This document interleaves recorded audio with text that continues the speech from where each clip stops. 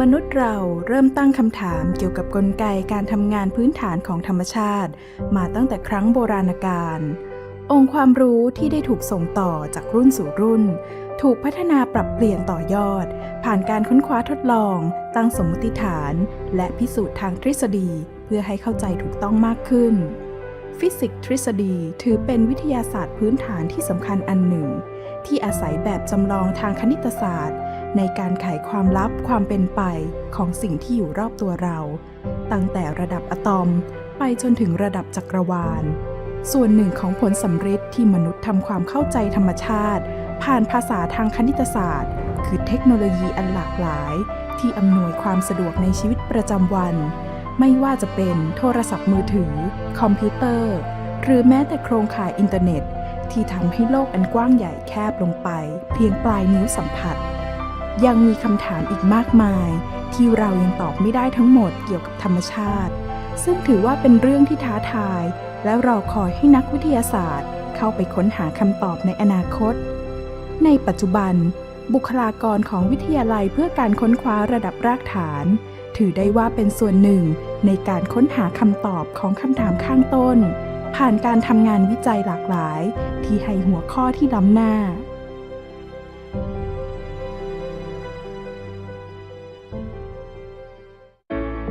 วิทยาลัยเพื่อการค้นคว้าระดับรากฐานสถาบันสำนักเรียนท่าโพประกาศจัดตั้งขึ้นเมื่อวันที่ 14 มีนาคม พุทธศักราช 2554 รับรองสถานะโดยสภามหาวิทยาลัยนเรศวรให้สถาบันสำนักเรียนท่าโพสำหรับฟิสิกส์ทฤษฎีและจักรวาลวิทยาหรือ TPTP ซึ่งแต่เดิมนั้นดำเนินการภายใต้จิตอาสาของเหล่าคณาจารย์ฟิสิกส์มาสเตอร์ทัพพาเอียนตั้งแต่แรกเริ่มเมื่อวันที่ 8 สิงหาคม พุทธศักราช 2539 ต่อเนื่องยาวนานจนเป็นสถาบันแห่งการผลิตผลงานศึกษาวิจัยและเป็นอาสมบ่มเพาะนิสิตสาขาวิชาฟิสิกส์ทฤษฎีให้มีความรู้ความเข้มแข็งทางวิชาการจนได้รับการยกสถานะให้เป็นหน่วยงานระดับคณะวิชาอย่างเป็นทางการถือเป็นการประกาศเจตนารมณ์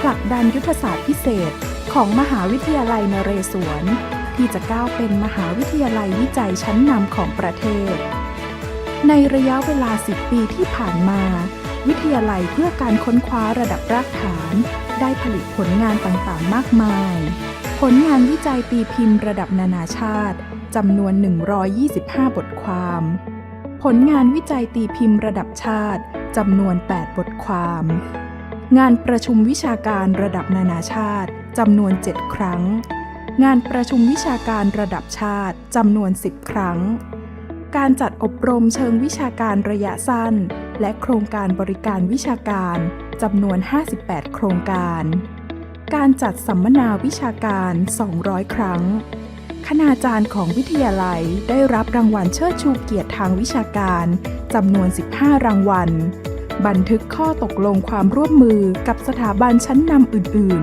ๆจำนวน13สถาบันหนังสือและตำราวิชาการจำนวน13เล่มวิดีโอสอนออนไลน์ผ่าน EVE Channel จำนวน34วิดีโอนอกจากนี้ 10 Plus Consortium ได้สร้างเครือข่ายความร่วมมือทางวิชาการระหว่างสถาบัน20สถาบันกลุ่มเครือข่ายพิษณุโลก Physics Network ได้ส่งเสริมกิจกรรมสัมมนาวิชาการในจังหวัดพิษณุโลกและสถานีฟิสิกส์ศึกษาคือการให้ความสำคัญกับครูผู้สอนฟิสิกส์ในโรงเรียนระดับมัธยมศึกษาให้เข้มแข็งและถ่ายทอดสู่นักเรียนผู้เป็นอนาคตของประเทศที่ผ่านมาวิทยาลัยเพื่อการค้นคว้าระดับรากฐานได้ผลิตบัณฑิตสำเร็จการศึกษาในหลักสูตรวิทยาศาสตร์มหาบัณฑิตจำนวน8คนหลักสูตรประกาศนียบัตรบัณฑิตชั้นสูงจำนวน10คน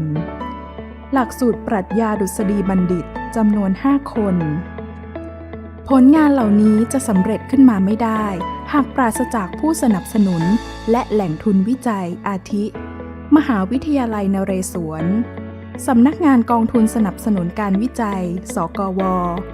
สำนักงานการวิจัยแห่งชาติวช.โค ครงการปริญญาเอกกาญจนาภิเษก คปก.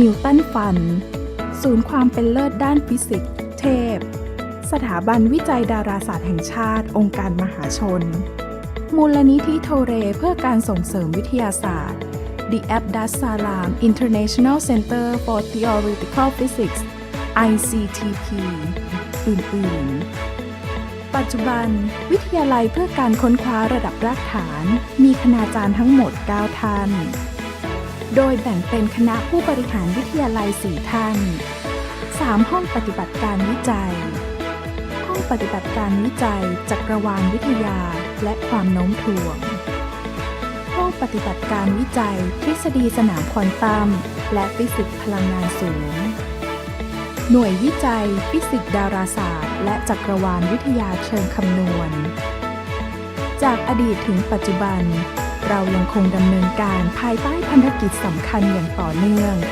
ดังประกาศเจตนารมณ์ท่าโพณวันที่ 8 สิงหาคม พุทธศักราช 2539 เราจะสร้างโรงเรียนฟิสิกส์ที่ดีที่สุดแห่งหนึ่งของประเทศขึ้นที่นี่ โดยหวังเป็นอย่างยิ่งที่จะส่งเสริมสังคมแห่งการเรียนรู้ จุดประกายเยาวชน และสร้างบุคลากรให้มีความเข้าใจลึกซึ้ง เห็นถึงความสำคัญของวิทยาศาสตร์พื้นฐานต่อยอดวิทยาด้านต่างๆให้ก้าวหน้าบนรากฐานที่มั่นคงทางวิทยาศาสตร์ซึ่งเป็นกลไกสำคัญให้ประเทศไทยขับเคลื่อนไปอยู่ในระดับแนวหน้าของโลกในอนาคต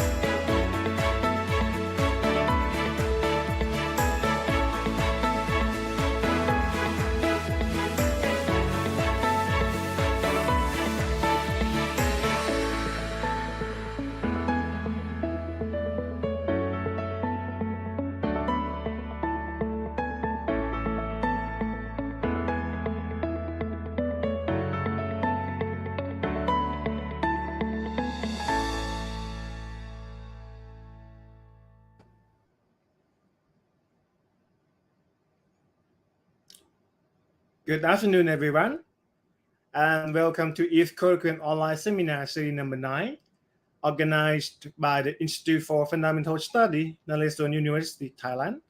My name is Sikalin Yukong. I am ETH Deputy Director of Strategy, and it is a pleasure to welcome everyone to this afternoon online event. Let me first give you the idea again why we need to do this kind of activity. Most of the time, academic conversation would normally circulate among the scientists, yet it's bridging the gap between the science world and the general audiences is very crucial for the country in this current competitive world. Then the Institute for Fundamental Study would like to provide a platform for people who are interested in physics, mathematics, and other related fields come and join in progress of the advanced research. For this talk, we are very pleased to have Dr. Udomsak Rakwongwan from Department of Mathematics, Kasetsart University, Thailand, to talk on the topic portfolio selection, pricing, hedging financial derivatives. But, let me spend a bit more time to introduce our speaker formally. Dr. Udomsak Rakwongwan completed his bachelor degree in mathematics from Kasetsart University, Thailand. And then he went for his master degree and Ph.D. in financial mathematics at King College, London, United Kingdom. Currently, he is working as a lecturer at the Department of Mathematics, Kasetsart University, Thailand. And his research interest is definitely, mathematical finance, and I believe it's something else, of course, about this pricing and hedging about his topic. The talk will be roughly 14 minutes long. And before I stop doing the talk, if you have questions, you can put them in the comment. Our staff will collect all the questions and deliver to the speaker at the end. Anyway, without further ado, let me give this screen to our speaker, Dr. Udomsak Rakwongwan. Okay.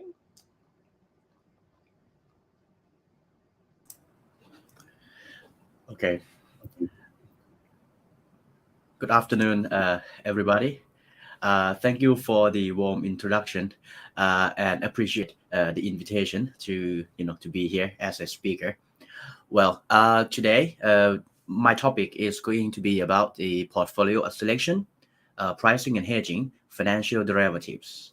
So first, when I was asked, to come here to give a talk about the financial mathematics, I'm looking at the audience, and I believe that our audience are, most of us are interested in being rich, right? And in financial mathematics as well. So this talk is mainly for you guys to understand what financial mathematicians are doing, what kind of research we are working on. So, but it's not going to be too technical. But if you guys are interested in more technical stuff, you guys can just text me or contact me later. Well, this is a bit about myself. As Dr. Sikarin introduced, I got my master's and Ph.D. from King's College in financial mathematics.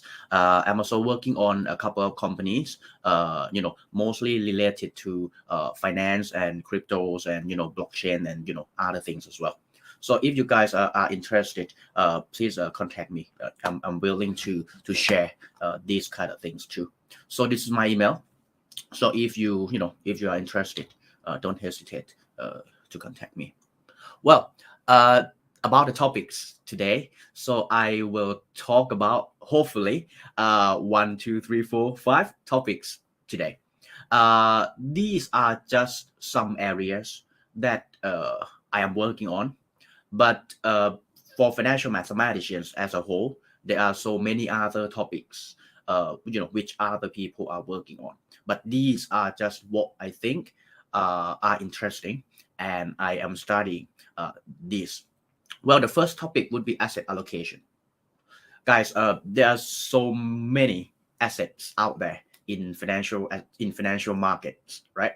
And let's say if you have some money and you want to invest in some stocks, right? BTS, PTT, right? Potato in Thai, or many other stocks, or even gold, oil, Bitcoin, or real estate, houses, many other things. How would you allocate your money to a particular section so that you can get the best combination, right? For us as a mathematician or as a physicist, right, we know that these are some kind of optimization problem, but it's not that simple because we never know what the price of a particular stock will be in the future, right? So it's kind of it's like a stochastic optimization problem, which I will be talk about later. The second thing is technical analysis, right? When you talk about traders, right, people who trade Bitcoin, gold, stocks, equities, and all derivatives, they always you always imagine a guy with a suit up, sitting on a computer, right, with multiple screens, right, and they are looking at charts. Wow, this is going up, this is going down, but do they actually know it, right? They have some kind of knowledge called technical analysis, and if the price goes that way, well, it's going up. If the price goes this way, wow, it's going to go down. But can we really predict that? Is it a true skill or it's just a good luck? If I trade according to technical analysis, would I really be profitable mathematically? So there are lots of people who try to answer this, question.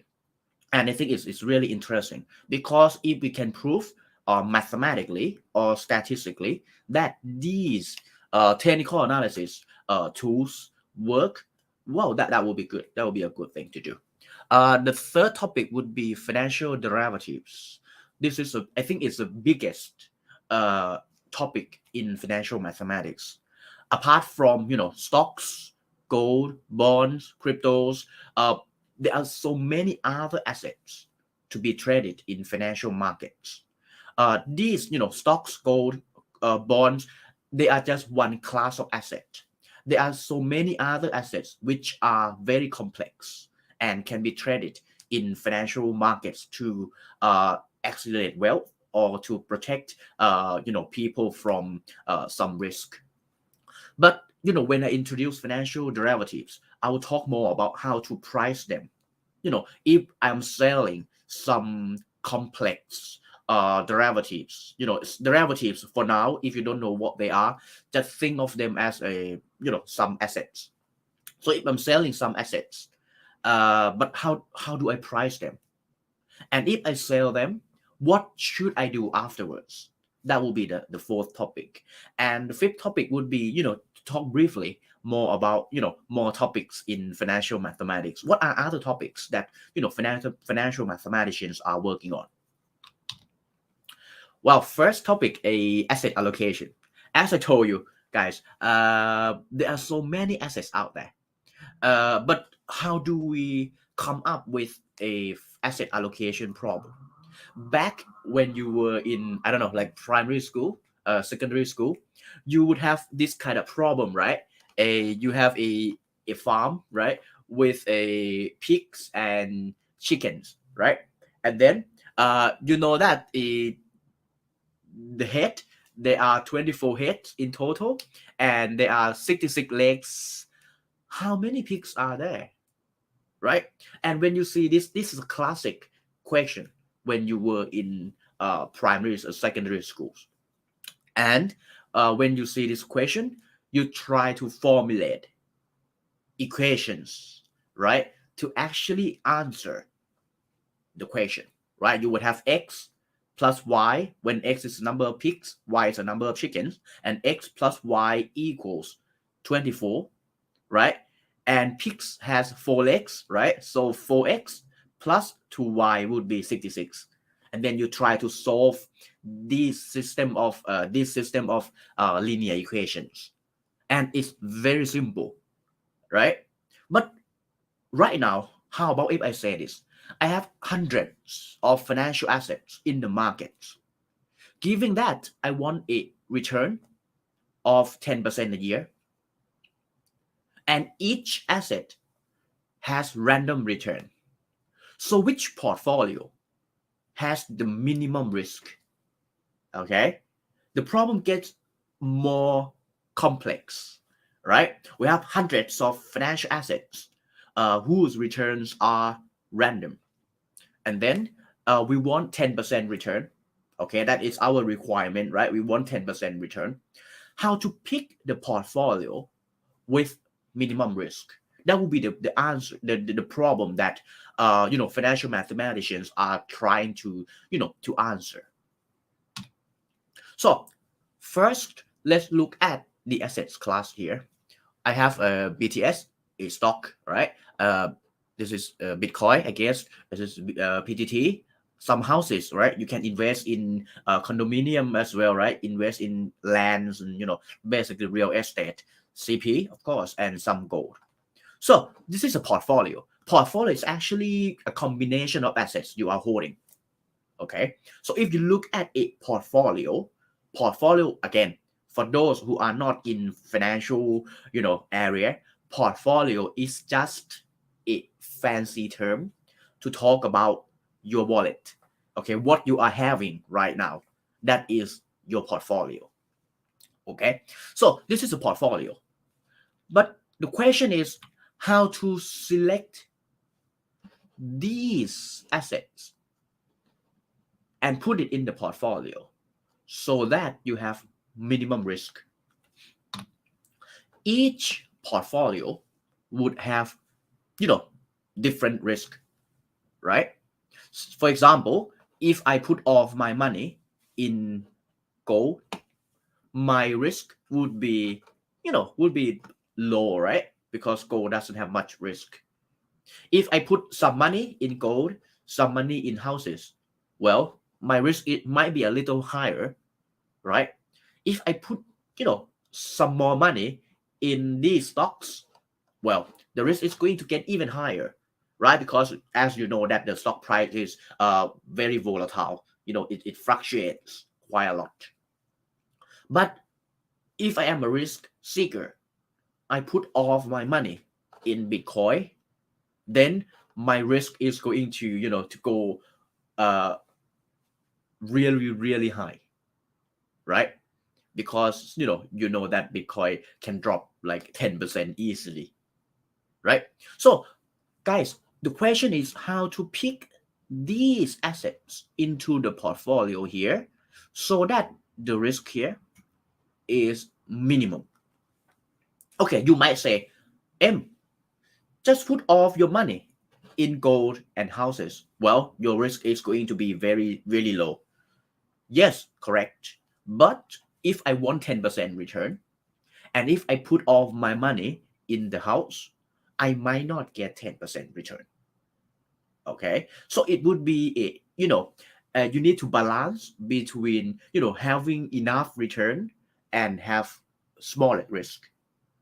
Okay, so you might need to allocate some of the money to Bitcoin as well, or to BTS as well, to actually increase the possibility of getting return you want, but that would in a way increase your risk as well.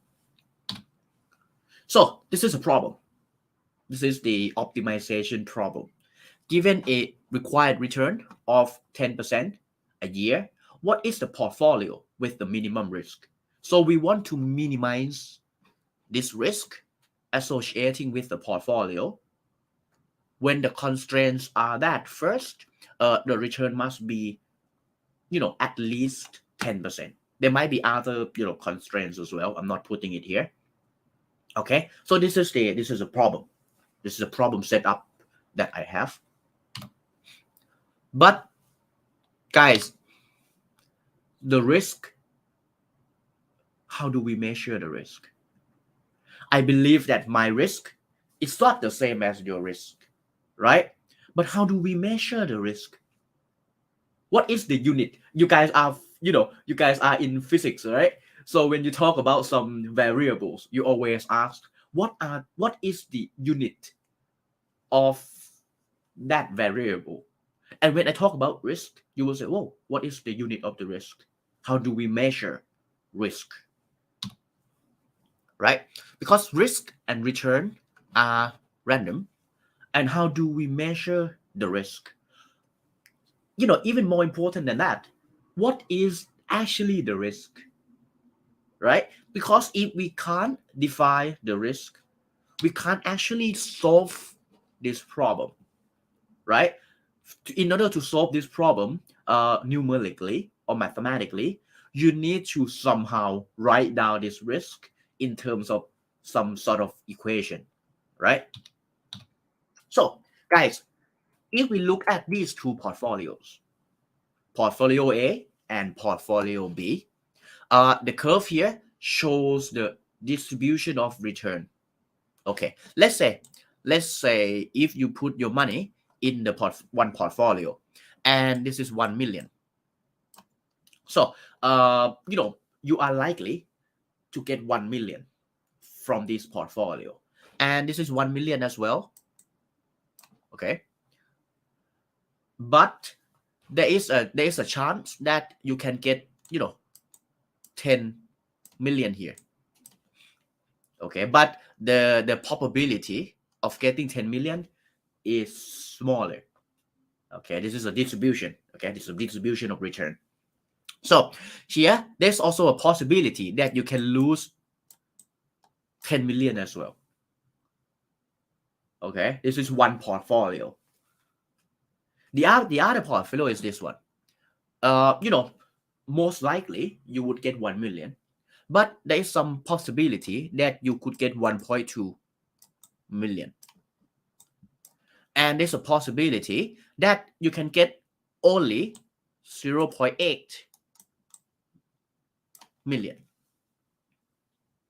These two portfolios give you different return profiles. So my question is, which one is riskier, A or B? Okay. So if you guys are looking at this live, you guys can just try, typing the answers into the comment. Okay, actually just to participate and to try to guess which one is riskier. Of course, this one would be considered riskier, right? Why? Because the return is very volatile, right? I can get 1 million, okay, no problem. I can get 10 million, okay, my finger crossed. That's fantastic. But what would happen if I lose 10 million? I wouldn't love it, right? This portfolio can give me really, really high return, but in a way, it can, make me lose lots of money as well. However, this portfolio, I can get 1.2 million. That's the maximum that I can get. Apart from that, if I want to get 10 million, the probability is nearly zero. So it seems impossible to get 10 million. However, the money I receive here, the minimum money would be 0.8 million, which is 800,000, which is quite good. It's not so bad, right? But I'm not saying that you guys should pick portfolio B. Okay, I'm not saying that portfolio B is better than portfolio A. I'm just saying that portfolio A has smaller risk.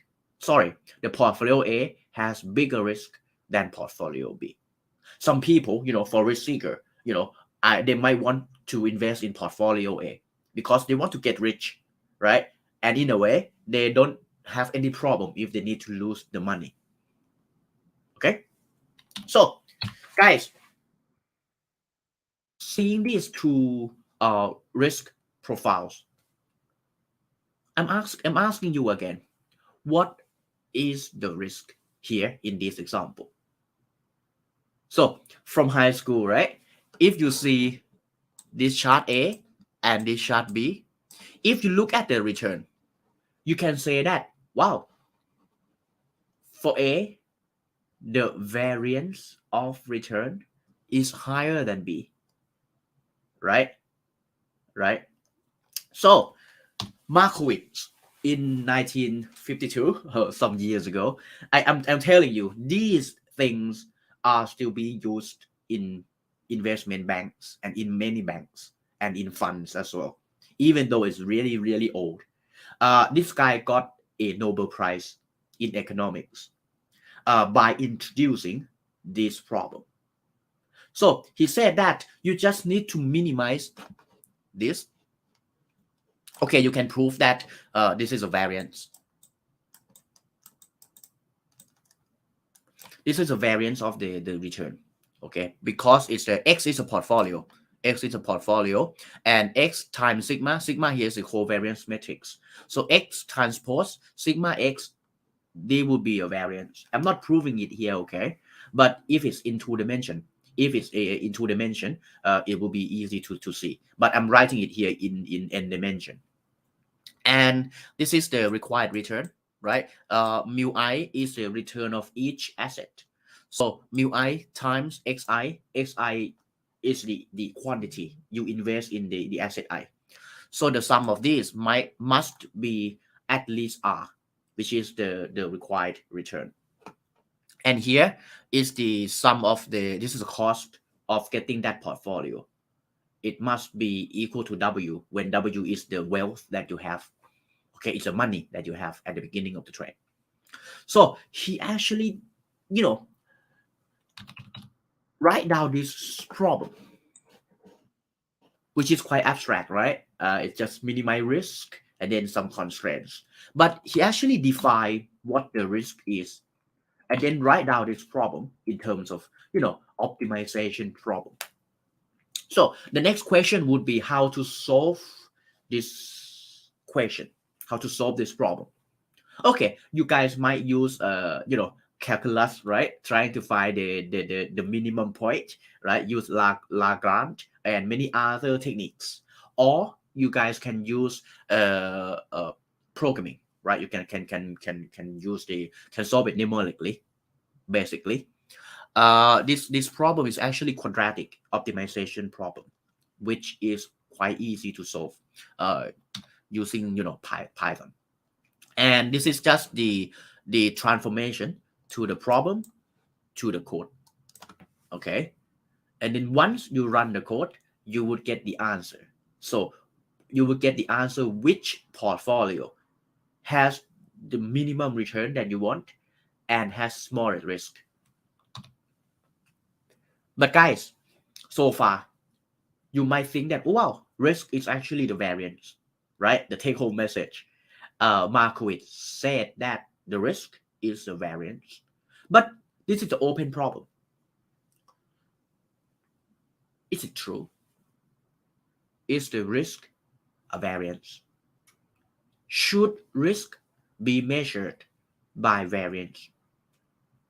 I'm asking you, portfolio A, portfolio B, if I minimize the variance, it means that I would get this risk, this return profile, right? But would it be better if I can get this kind of return profile? Can I map the return to some other functions which is not variance? But when I minimize it, instead of getting this kind of return profile, I get this return profile, which is better, right? Because let's say if this is 1 million, I can get 10 million as well, but I can lose maximum of, I don't know, I can get the minimum of 0.9 million. Wouldn't that be better? And there are lots of research on that, okay, to actually change this risk measure to some other measure so that it makes more sense. Okay, the example would be exponential utility, entropic risk measure, and there are many other things. Okay, I also did some research on this as well. And that is the first topic, portfolio allocation. So if you guys are interested, there are so many research papers on this, and you guys can look into them. They are pretty interesting, and they have real use in the real world. Okay. The second topic would be technical analysis. I will skip quite a lot on this section, okay, because I have quite lots of slides to to talk about. But I will talk briefly on this topic. Technical analysis is basically a study of how to look at the chart. If you look at the graph or the chart of a particular asset, how to predict the price in the future. So I'm going to be talking about only two things here. There are so many of them. They are like a this kind of book, like this thick, talking about only technical analysis. So it's such a big study field. Okay, but in this talk, I'm gonna talk about just two of them, which is the support and resistance. And I believe that you guys have heard of these two terms quite a lot. But what they actually are, right? The support, as the name says, is actually the support.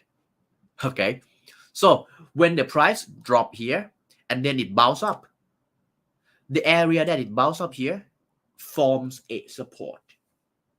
Okay, so when it goes up and then it goes down again, and when it hit the same area, it bounce up again. it bounce back again, and then this, verifies that this is actually the support. It the support becomes stronger, and then it goes somewhere, and then it come here, and then it bounce up again. So if you look at this kind of chart, it shouldn't be coincidence, right? It's too much of luck that it always bounce back around 51 point something. When it hit this, it bounce back, hit it, it bounce back, hit this, bounce back. So guys, if it goes up again, and then when it comes here, what would you think? Of course, you would think that, wow, it's gonna bounce back, and then you would get into the market and then buy this asset. You know what I mean? So people, they are observing this, right? It comes here, it bounce back, come here, bounce back, come here, bounce back, come here, bounce back, and then when it comes back here, this is the buying point. People would come and buy because they know that it's going to bounce back. It's not going to bounce back, but it's very likely that it will bounce back. Similarly here, the stock here, it get up here, and then it bounce down, and then it bounce back, and then there's some gap here, and then here it bounce back again. So guys, in the future, if it comes up here and it hit here,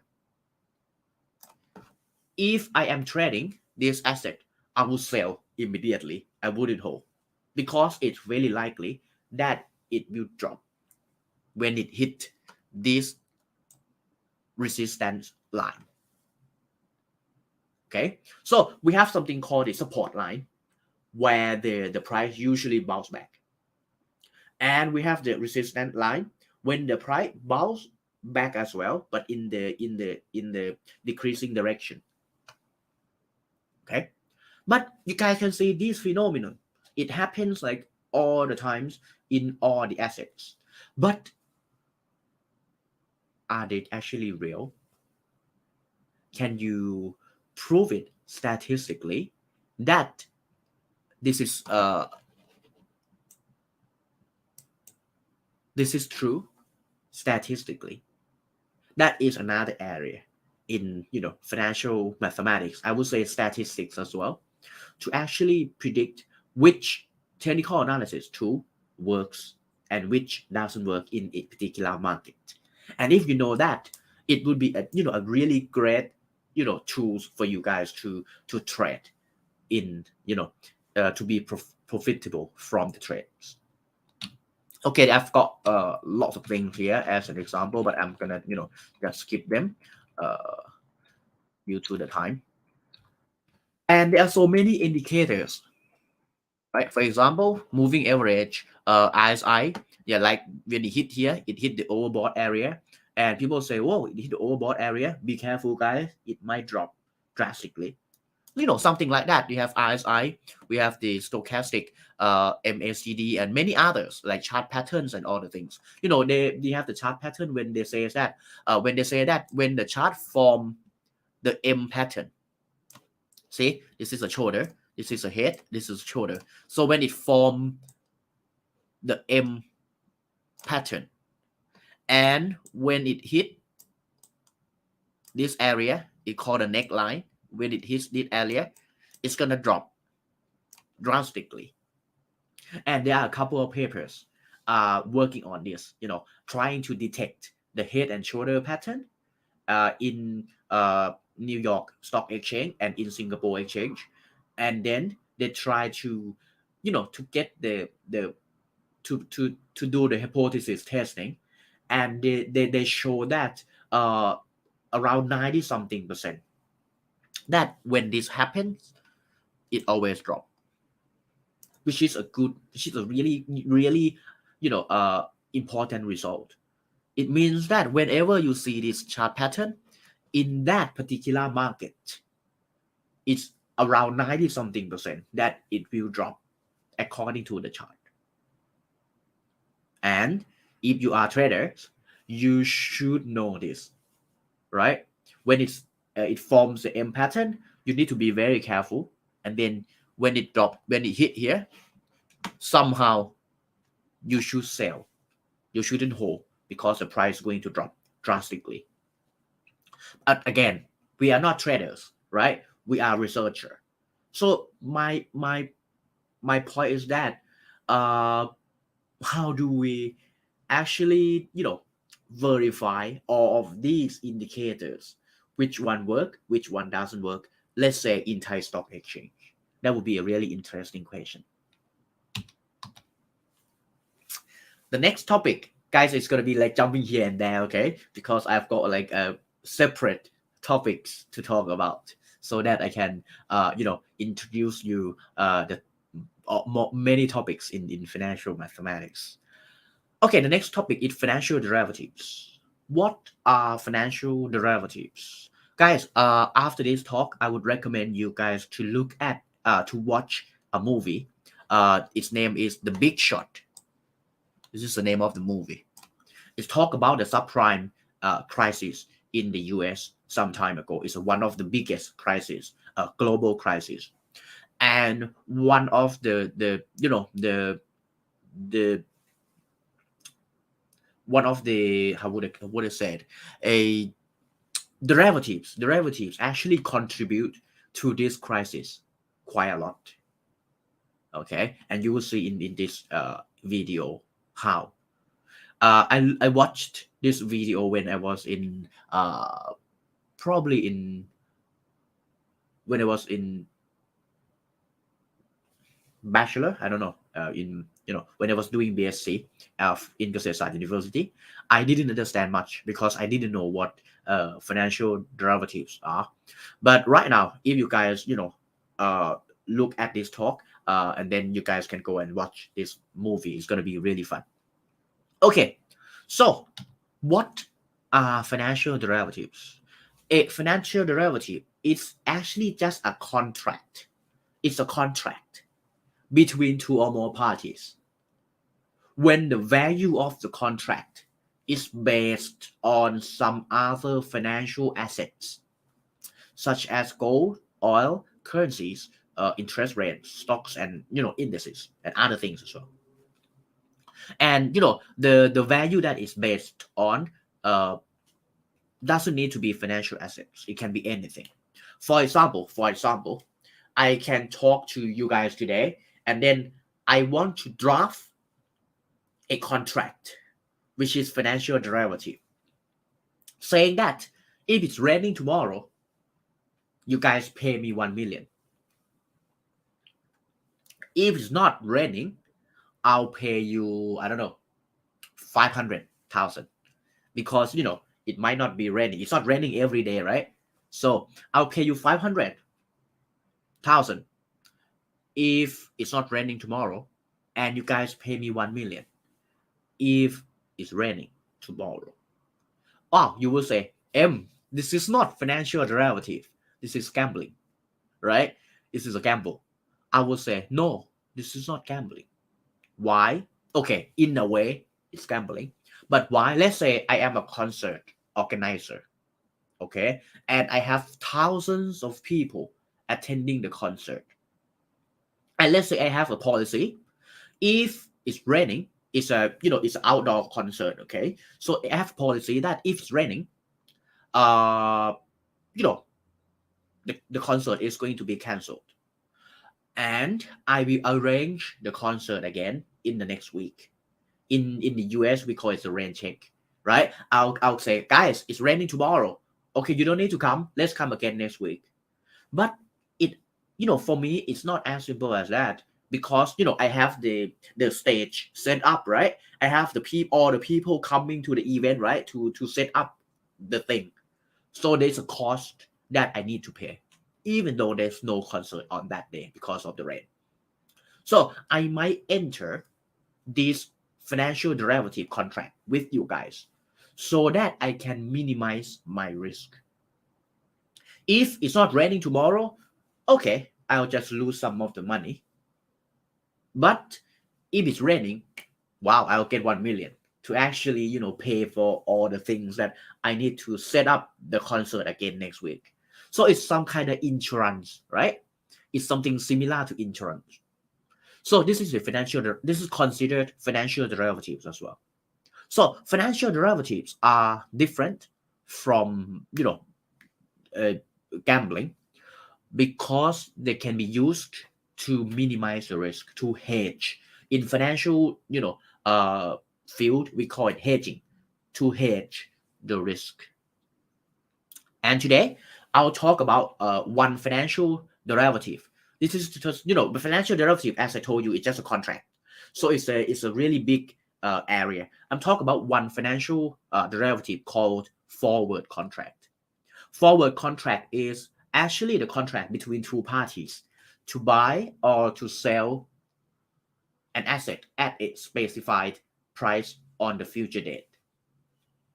So as an example, again, forward contract is a contract so that I can tell, okay guys, I will buy something in the future. So this is an example, Thai Airways. The Thai Airways, they already sell all the tickets to customers, right? Let's say 3 months ago. And the flight from Bangkok to London is really popular. So it's always fully booked. So the Thai Airways already received the revenue, right? They already received the money from the tickets. But what would happen if, let's say if there's a war between Russia and, Ukraine and, other countries, and the oil price goes up 3 times. Okay, Thai Airways already received the money from the tickets. But when the price of oil goes up 3 times, the Thai Airways is going to lose lots of money, right? They can't actually go to the customers and say, guys, the price of the oil goes up quite a lot. Can I get you some more? Can you pay me some more money because of the oil price? The customer will say, no, I already bought the tickets. And it doesn't matter what the oil price is. You would need to take me to London, right? So what Thai Airways can do is that they can buy a forward contract. When it's, let's say Thai Airways agree to buy 100,000 barrels of oil from a seller at the price of $100 per barrel 1 year from today. So if the price of oil go higher than $100, well, the Thai Airways would buy at $100, which is good, right? But if the price of oil drops to, I don't know, $50, the Thai Airways still need to buy it at $100. But in any case, the Thai Airways already, reduce the risk from the price fluctuation. Okay, this is a forward contract. Another example would be a farmer. A farmer, when they grow rice, right? They already know that what kind of rice they're gonna get in the next 6 months, right? But if they wait until the next 6 months and something unexpected happen, and the price of rice drops drastically, wow, they would lose lots of money and they will be in debt, right? So they can go and talk to the mill and say that, guys, I have a 1,000 tons of rice and I want to sell to you guys in the next 6 months at the price of 14,000 baht. This 14,000 baht is the key. And again, something similar. This 100 US is the key. How do we calculate this value? What would be the fair price to sell 1,000 tons of rice to the mill? Okay, as a mathematician, statisticians, and physicists, you will say, oh, we need to look at the historical price, right, of the rice or the oil, and then we try to to predict the price of rice in the next 6 months. I can tell you that's all wrong. It's what people did 100 years ago. Right now, they don't do that. You don't need to know the distribution of the rice price. And you would ask me, well, if I don't know the distribution of rice price, how do I price them? This is a large example. I might go a little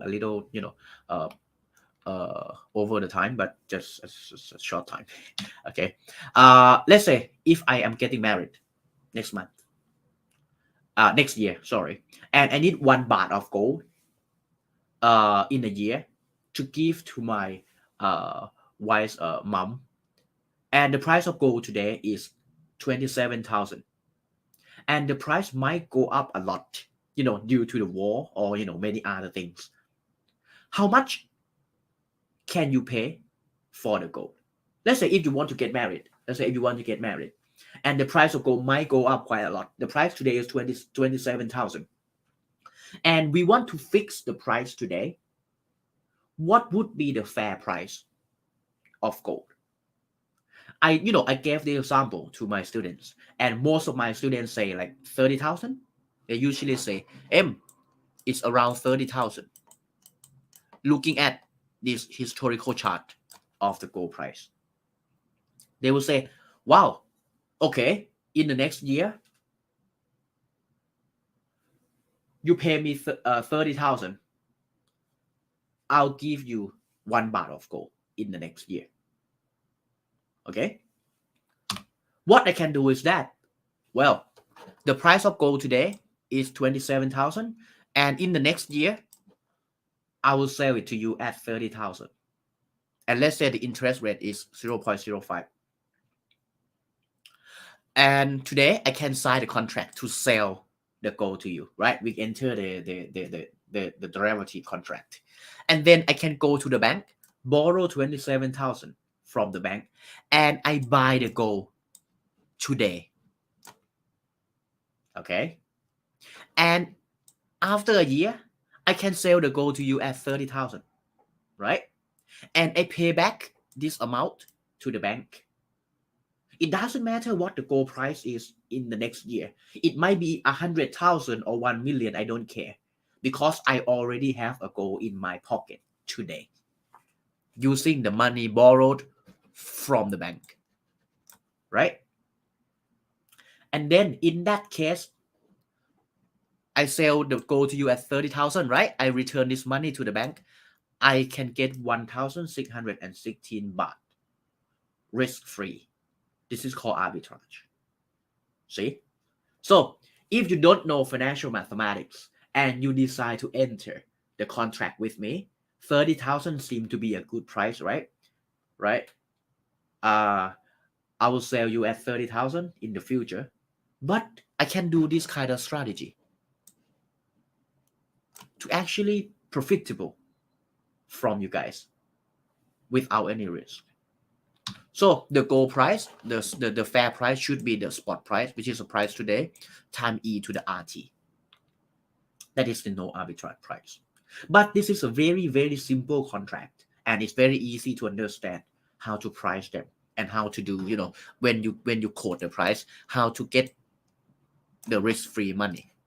But there are so many other really complicated contracts like call option, knock-in option, digital option. I don't have time to talk about all that, but is a lot harder. For example, for call option is basically the same as the forward contract when you agree to buy or sell something, but you can have an option not to buy if you don't want to, and that makes the problem even harder. And these guys, Black and Scholl and Merton, they received Nobel Prize as well in economics, come up with the pricing formula for the call option and the hedging strategy. And you can see that it starts with the stochastic model. This W is the Brownian motion. I think you guys are familiar with Brownian motion.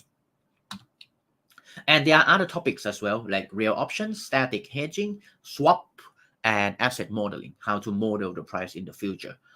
Okay. And I'm not gonna talk about all this, but if you are interested, you guys can just contact me. And that's it. So guys, let me know if you have any questions.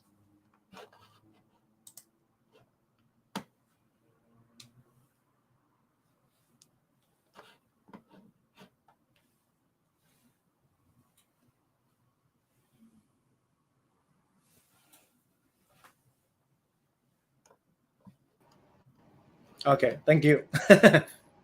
I'm back now. I would say first, well, thank you very much for this Oh, hold on. kind of Sorry. very. Somehow. Can you hear me?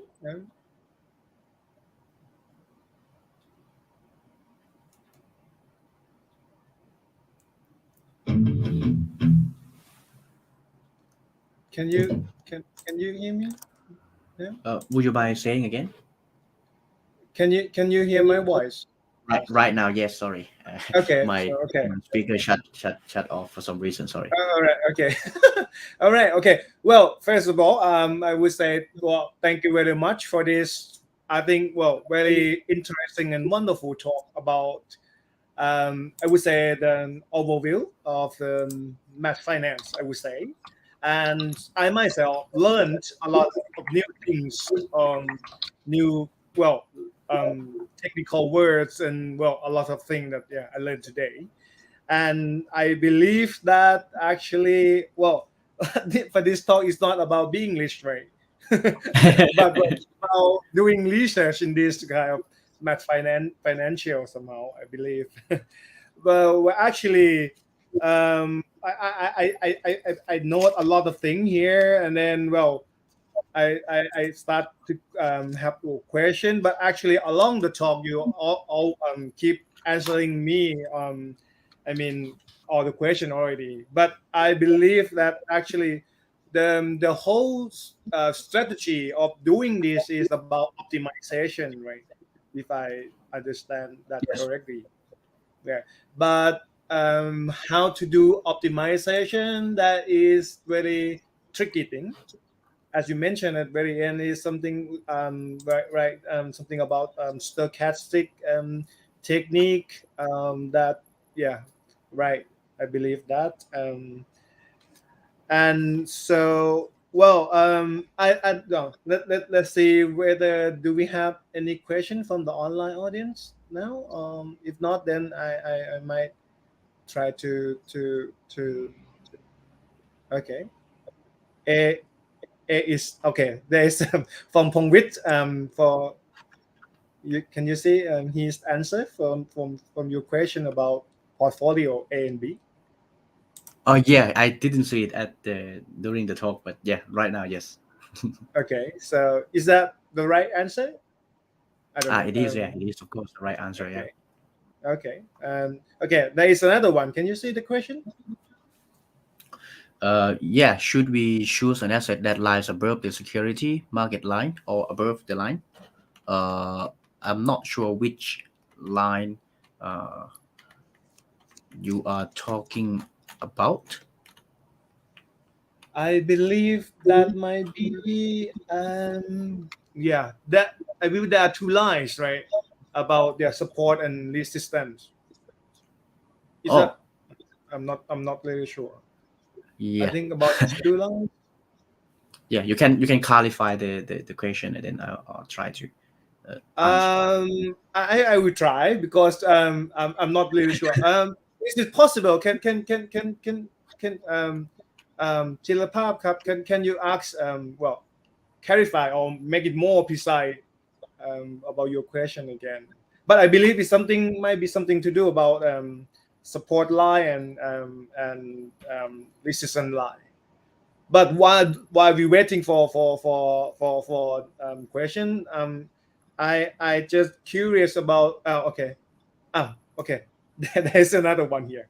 Can you see the question now from Pongwit? Oh, it's a that's another problem. If you talk about the cap M, right? I think you are talking about the cap M model.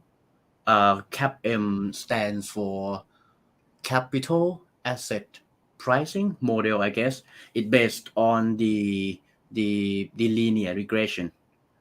When the return when the return of a particular market is can be predicted using a linear regression, uh, and use the the independent variable would be the return of the market.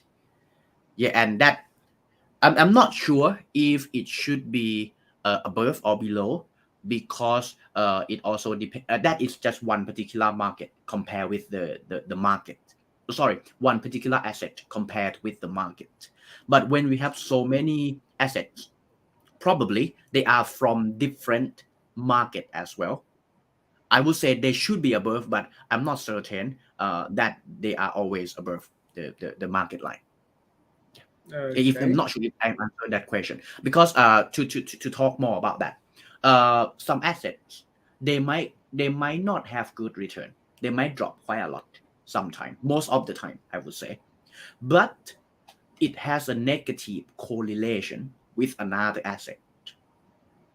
Okay, how about if I have an asset A that goes up quite a lot? Okay, and when the asset A goes up, the asset B always goes down. We have seen this phenomenon like many everywhere, right? For example, some stocks, right? If this industry is booming, this industry is going to be dying. So sometimes we want to invest in assets which has negative return, just to make sure that the one that we are investing, the other one that has a positive return, when it goes down, this one is going to go up. You know what I mean? So sometimes we invest in negative return assets because of its negative correlation with the other one that we are also investing in. So to answer to your question, it depends. I wouldn't say it should be above or below. Yeah. Okay.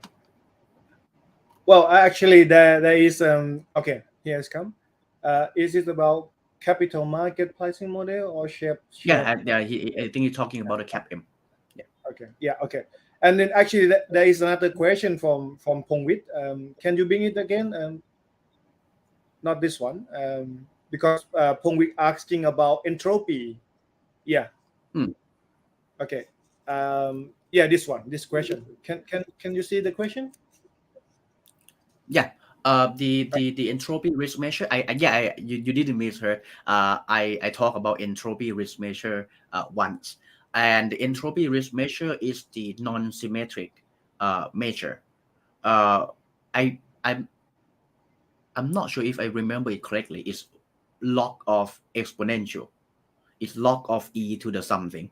And when you, let's say, guys, let's say if you are measuring the risk, okay, and if the risk, if the loss, let's say the x is the loss, right, and if the loss is high, if you map it to the exponential function, it's gonna amplify the loss, right?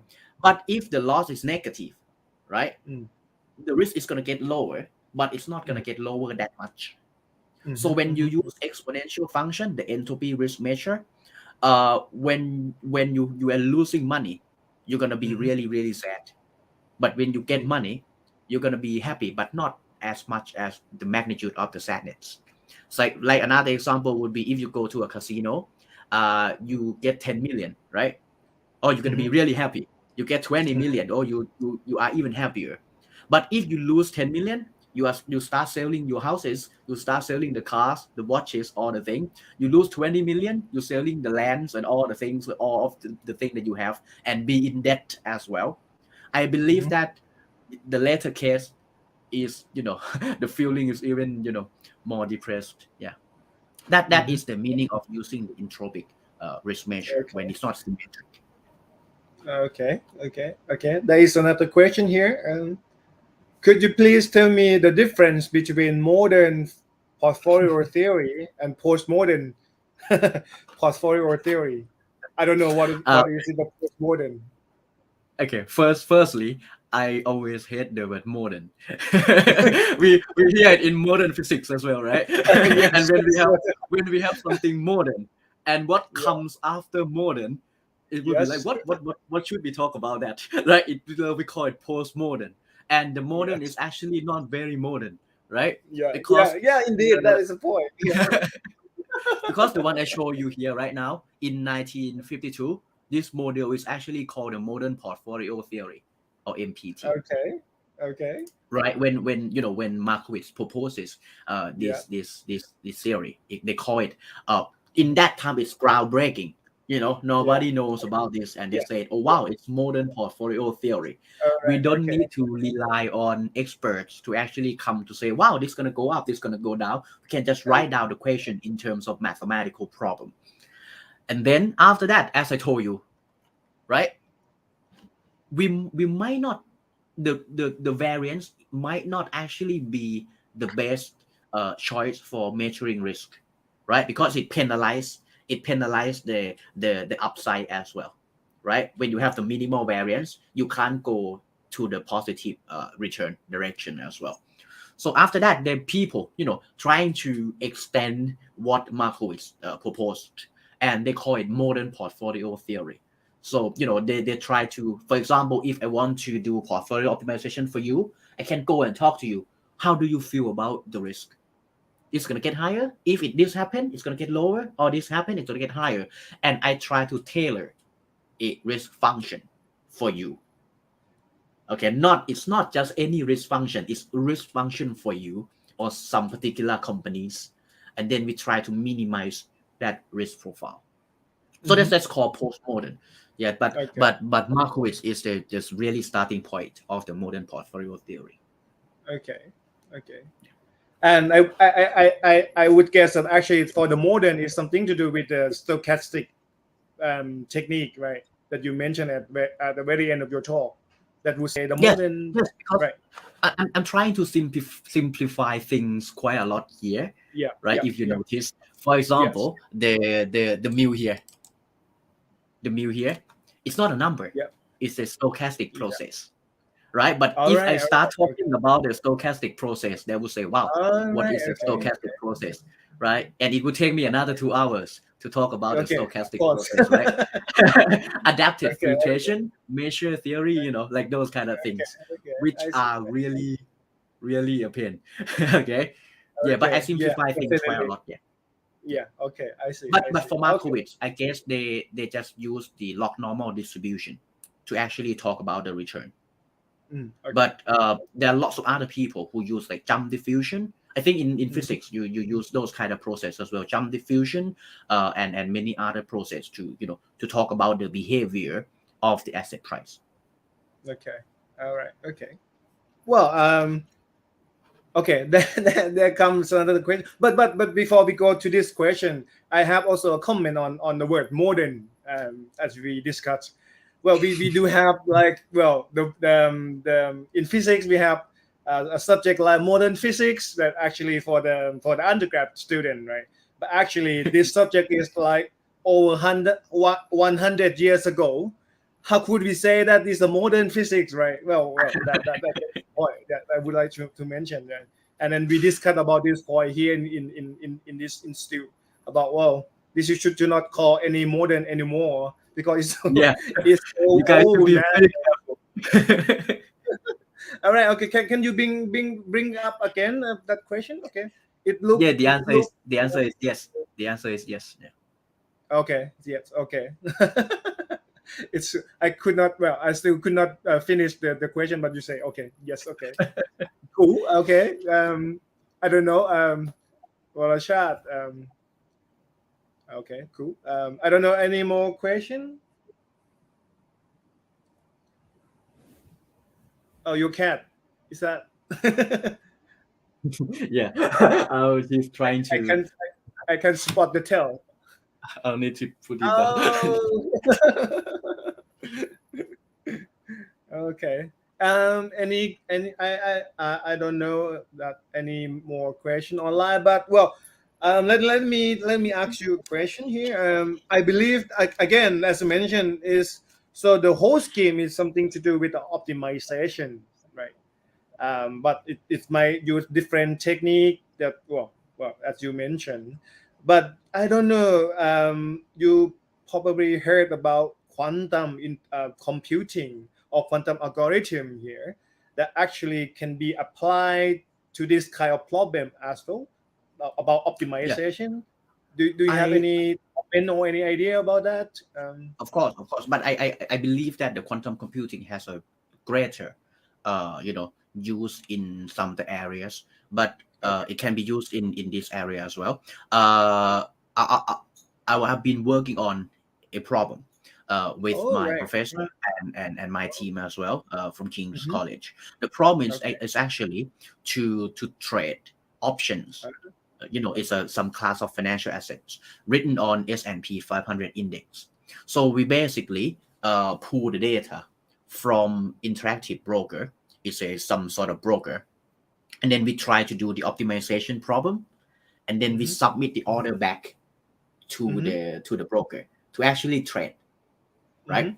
And the problem we are having right now is that once we pull the data into, Mhm. okay, before it we did the back testing, which means that we use the historical data, try Mhm. to assume that we have been trading, and we found Mhm. that we are really profitable Mm. semestrically and Mhm. statistically. We did a Mhm. hypothesis testing, and we say that Mm. wow, it's really profitable. But when we Mhm. want to use it in reality, right, in the real world Mm. application, we pull the data, we did the optimization. It Mhm. took us a couple of seconds, and then when Mhm. we want to submit the order back there, the prices change. You know Mm. what I mean? So it took quite a while, like a couple of seconds, which matter. And then Mhm. when we want to submit the order back, we can't actually buy some of the assets. We have ways to solve that, but with higher computing power, it would Mm. really solve this problem easier. And we can do cross market. This we only do one market, right? If we do crypto markets as well, we do some other markets together, like Mm. hundreds of thousands of assets at the same time. That Mhm. would be Mhm. really powerful tools to actually select the portfolio which has a really high return. I see. I see. All right. Okay. Well, interesting anyway. Do we still have question from the online audience? I don't know. Thank you. No, it's not the question, but um, well. Anyway, so I think it's about time we. I think yeah,